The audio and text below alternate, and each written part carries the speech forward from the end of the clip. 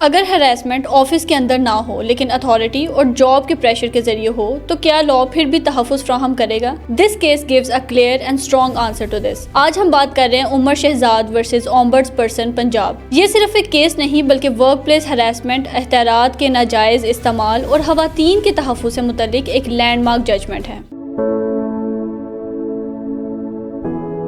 اس case کے آغاز کے مطابق پٹیشنر عمر شہزاد نے article 199 of the constitution of Pakistan کے تحت لاہور ہائی کورٹ سے رجوع کیا۔ ان کی درخواست یہ تھی کہ محتسب پنجاب کا فیصلہ اور گورنر پنجاب کا آرڈر انلیگل ہے اور اسے سیٹ اسائیڈ ہو جانا چاہیے، کیونکہ ان فیصلوں کے نتیجے میں عمر شہزاد کو اس کی ملازمت سے ریموو کر دیا گیا اور یہ سزا انہیں protection against harassment of women at the workplace act 2010 کے تحت دی گئی۔ مدعیہ مس مہوش ریاض جنگ کے ایک گورنمنٹ گرلز ووکیشنل انسٹیٹیوٹ میں ہاک ٹیچر کے طور پر کام کر رہی تھی، جبکہ عمر شہزاد وہاں کا سپروائزری آفیسر تھا، یعنی سینئر نگران آفیسر تھے۔ اب مدعیہ کے مطابق ملزم انہیں غیر اخلاقی نظروں سے دیکھتا تھا، نامناسب واٹس ایپ میسیجز بھیجتا تھا اور illicit ریلیشن شپ قائم کرنا چاہتا تھا، اور اس پر یہ الزام لگا تھا کہ وہ اپنے سرکاری اختیارات کا استعمال کرتے ہوئے مدعیہ مہوش ریاض کو اس کی نوکری ختم کرنے کی دھمکیاں بھی دیتا تھا اگر مہوش ریاض اس کی بات پر کمپلائنس نہ کرے۔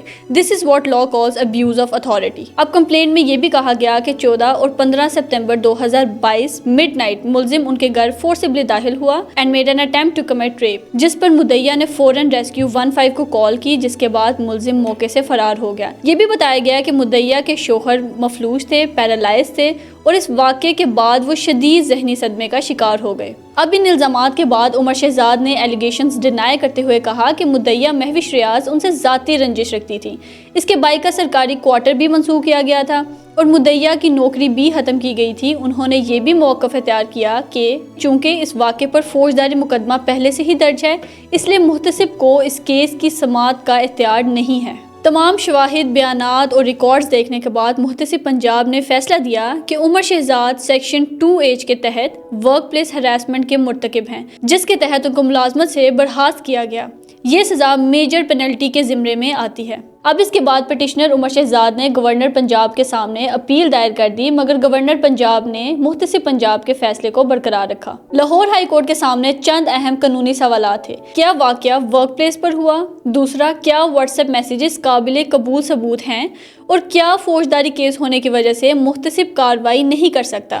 اور الٹیمیٹلی کیا سزا غیر مناسب یعنی ڈسپروپورشنیٹ تھی؟ کورٹ نے اس کیس کے ذریعے واضح کیا کہ ورک پلیس کا مطلب صرف آفس کی بلڈنگ نہیں ہوتا، بلکہ کورٹ نے کہا کہ اگر کوئی سینئر آفیسر یا سپروائزری پرسن اپنی جاب پوزیشن یوز کر رہا ہو اور اپنی پاور یا اختیارات کا مس یوز کر رہا ہو اور مس کنڈکٹ کرے جو کہ امپلائی اور امپلائر کے ریلیشن سے منسلک ہو تو پھر جگہ میٹر نہیں کرتی۔ کورٹ نے سمپل رول سیٹ کر دیا کہ اگر ہراسمنٹ آفس کے اندر ہو، آفس کے باہر ہو، واٹس ایپ میسیجز کے ذریعے ہو یا کسی امپلائی کے گھر پر ہو، لیکن اس کی روٹ جاب اور اتھارٹی سے جڑی ہو، تو لا اسے ورک پلیس ہراسمنٹ ہی ٹریٹ کرے گا۔ اس کے بعد واٹس ایپ میسیجز کے حوالے سے عدالت نے کہا کہ ملزم نے خود ایڈمٹ کیا کہ واٹس ایپ میسیج پر رابطہ تھا، اس نے کبھی فورینسک ویریفیکیشن کی درخواست نہیں دی، لہٰذا بعد میں انکار کرنا آفٹر تھاٹ اور لیک آف بونافائڈ ہے، یعنی محض بہانہ اور بعد کی سوچ ہے۔ اب جو ملزم عمر شہزاد نے موقف اختیار کیا تھا کہ فوجداری مقدمہ پہلے سے ہی درج ہے،